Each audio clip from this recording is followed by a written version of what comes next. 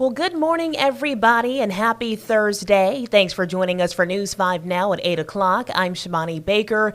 Bill Riles is on assignment this morning. Thank y'all so much for being here. Listen, if you haven't headed out the door yet, you need to grab that coat. It is frigid outside, guys.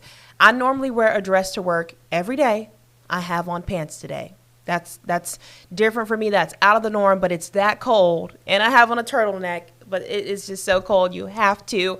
So I just wanted to give you that heads up before you head out to work and school this morning. If you've joined us before, you know how this goes. We always start with our top stories of the day, and we'll tell you what they are in just a moment here.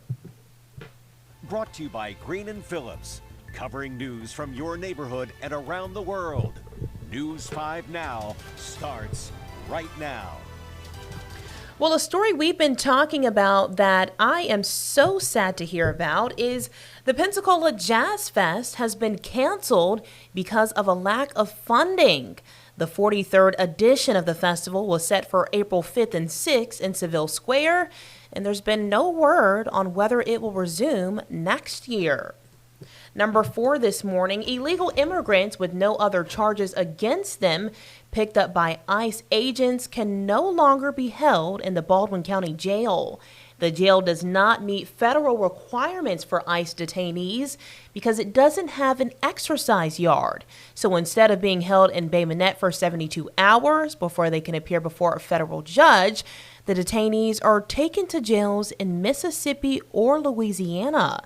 The jail is reimbursed by the federal government at a rate far exceeding the cost of holding the inmates. So this is a money loser for Baldwin County.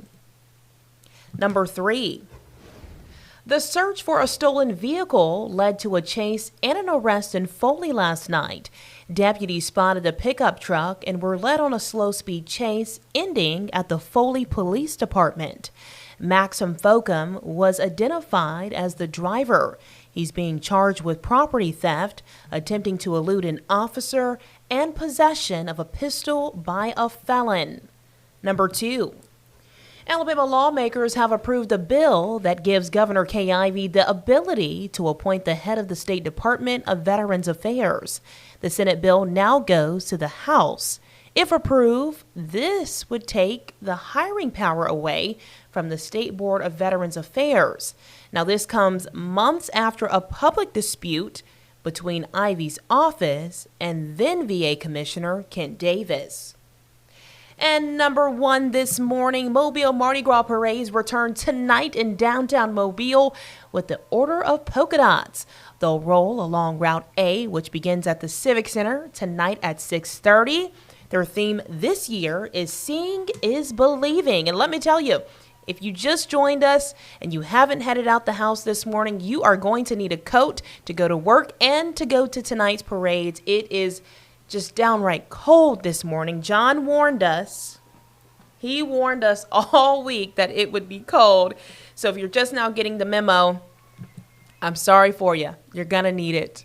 We are going to head over to the question of the day this morning. The question of the day for today is, with football season being over, what sports are you watching now?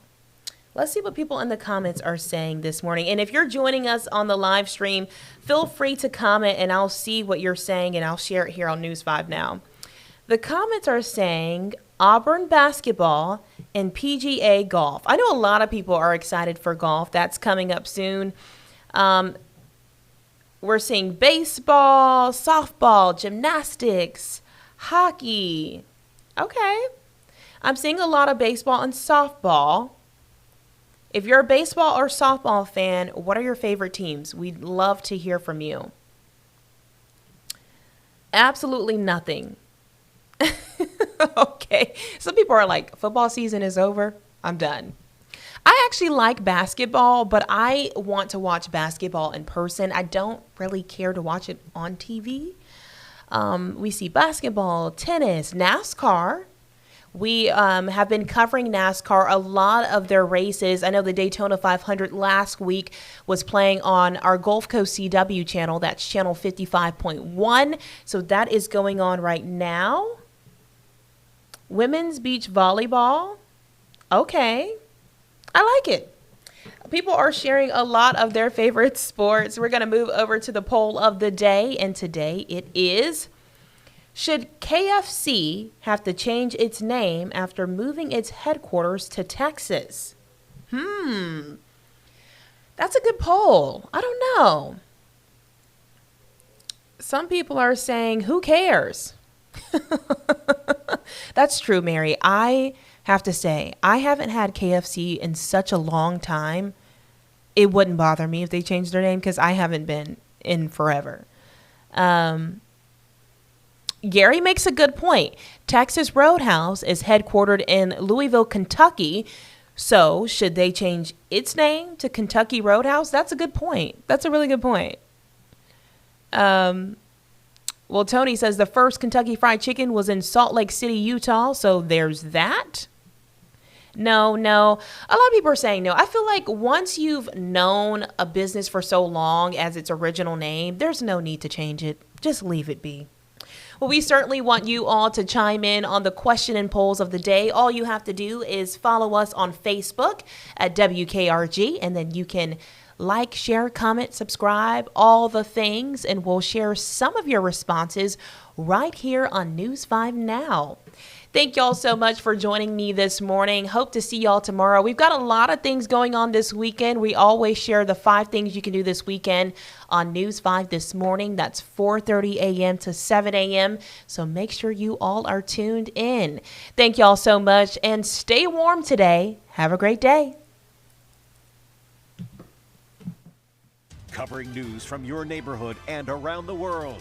You are watching News 5 Now, brought to you by Green & Phillips.